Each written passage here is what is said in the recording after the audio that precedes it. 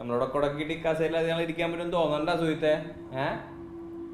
Foundation ഉണ്ടെങ്കിലേ കെട്ടിടം പണിയാൻ പറ്റൂ. നീ ആരാണെന്നാണ് നിന്റെ വിചാരം? എടാ 1000 ചാക്ക് സിമെന്റ് ഇറക്കേണ്ടടുത്ത് പകുതി മെറ്റൽ പൊടി കൊണ്ട് അടിച്ചതാണോ നിന്റെ എക്സ്പീരിയൻസ്? അതോ നല്ല ഹൈ ക്വാളിറ്റി ബ്രിക്സ് ഇറക്കേണ്ട സ്ഥലത്ത് മറ്റേ ചൈനീസ് കട്ട കൊണ്ടുവന്ന് ഇറക്കിയതാണോ നിന്റെ എക്സ്പീരിയൻസ്? എടാ നീ പൂഴ്ത്തിയതും വാരിയതും കോരിയതും സകലത്തിന്റെയും തെളിവ് ഫയൽ ചെയ്ത് എൻ്റെ ഇരിപ്പുണ്ട്. ഇവിടെ അല്ല, വീട്ടില്. ഇത്രയും കാലം ഞാൻ ഈ ഫയൽ ബോർഡിന്റെ മുമ്പിൽ സബ്മിറ്റ് ചെയ്യാണ്ടിരുന്നത് നീ പറഞ്ഞ സീനിയോറിറ്റി കൊണ്ടാണ്.